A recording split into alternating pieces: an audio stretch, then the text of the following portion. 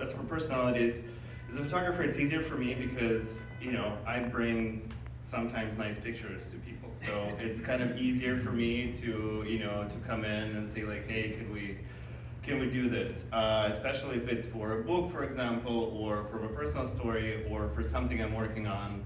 I also work, sometimes I help with articles, sometimes I write myself. So it's a little bit easier for me as a photographer, I feel like, because I'm trusted, because I can't do too much damage with a picture, You're not trying to get them to reveal some secrets like we are necessarily. Although, I can. I mean, with the sea drone example, yeah, they had concerns that your photos could be a real security risk. I mean, absolutely, and that too, and there's also taking photos. In this work specifically, you have to understand that you actually can do damage. Face recognition technology is at the level that just insane, and of course, state operators have the best technology. If I take a photo of a soldier on the front line, at the moment it gets published, they can find out where this person is from, what their social accounts are, who their family is, et cetera, et cetera. It doesn't even have to be a state or a government, it can be us. I mean, the facial recognition software that we have has helped me write dozens of stories. It doesn't have to be the FSB. And then as for frontline access, it's, sometimes it's chaos, sometimes it's organized. If something happens, liberation of Kherson, or Kursk, first hours, first even days sometimes is total chaos.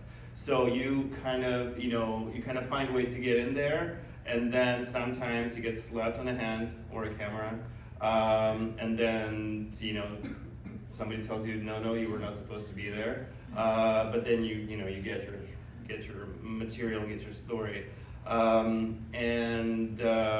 Once things settle, kind of bureaucracy comes in, and then you have to get permits, you have to kind of arrange it with the local commander. In Ukraine, it's also, even though it's somewhat of an understandable system, sometimes people within that system don't even understand how those permits work. So sometimes they're like, oh, you got a permit from this body, you have to get it from that body. You come to a checkpoint, they're like, oh, you're missing a permit from like a head of a village or head of like a local military authority. And it usually gets solved by calling somebody that calls somebody else, and then they let you through. But sometimes, you have to basically find a way around that checkpoint and get to the village from the other side. So it usually works out, but it's somewhat of a chaos. That's exactly what happened when the Kursk offensive began. I was the first foreign journalist at the border, totally by accident, because there was nothing set up. I was just following a group of soldiers who had their vehicle had broken down, and one of them had to get a ride back to the border to meet part of their unit. So he said, "Can you drive me to this point? Don't worry, it's not in Kursk, but it's nearby." And so we got in the car. There were no checkpoints whatsoever. We just kept driving, and then suddenly it just says, "Welcome to Russia." Okay. And he said, "It's probably not safe to go any further." I said, "No, I don't need to go any further. This is fine. Do you know where to go?" And he said, "Oh yeah, I've been here before." So he just got out, got picked up by somebody else, and they went in. We stayed there, conducted some interviews with Ukrainian soldiers who were coming out, wrote a great story after I got back to Sumy, the regional capital, and then I think I remember I went back the next day. It was the same situation, had great interviews. Everybody was like riding pretty high. The soldiers were very open to speaking.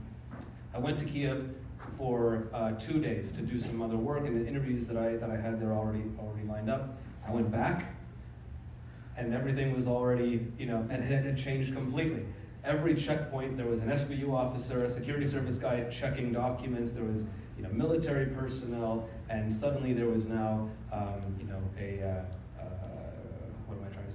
protocol. Mm-hmm. You got to call this person who talks to this person who talks to this person, and it's been that way since. Yeah, but you're right. If you can get in early, quickly, and under the radar. You get great access. Yeah, like remember CNN, the first day of the Kherson liberation, they got in by personal connection and then they got their accreditation taken off. Yeah. As an example, even though of course they got it back later on, and then it was impossible to get in Kherson. I was able to get in Kherson the second day, also without any permits, but within a military vehicle, which of course I'm not supposed to do either. But that was the only way to get in there, so it's kind of like, it's a chance, and there's so many chances, like broken vehicles, or somebody's hitching a ride, or you hear somebody, it's just, it's something. Thinking on your feet, yeah.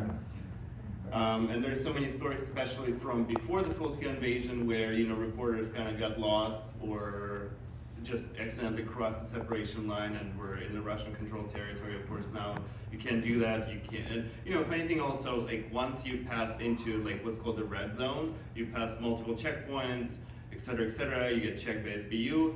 But once you get closer to the front line, there's no checkpoints, total anarchy. You can you can fly in a car anywhere you want.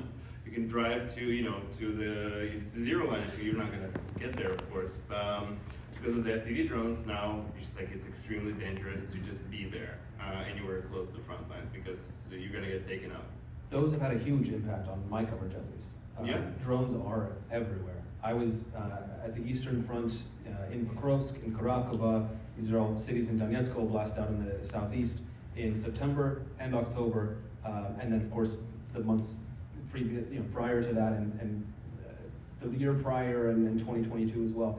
And each time I've gone out there, it's become more terrifying, simply not only because of tank shells or artillery fire, those types of things, which are to be expected, and we've been around those since 2014. What is different is the prevalence of drones. They are everywhere, and I can't tell you how many times we took a left here or a right here and went down this road, and were stopped by a group of Ukrainian soldiers who said, "Don't go any further. There are FPV or first-person drones all over this highway. They've been hitting us all day. We haven't been able to make it to Kharkov." And so we had to backtrack and go this long roundabout way. And it set us back hours. And in one of the interviews we wanted to do, we weren't able to do at all. Another one we had to reschedule for the following day. So it's really interrupted how we report, which means we're not able to provide that full picture sometimes that we're after, simply because of the prevalence of these machines, which some of them are no bigger than this little mic stand, right, with like a couple of propellers, 4 propellers on the other side. Some of them are bigger and a little bit scarier too.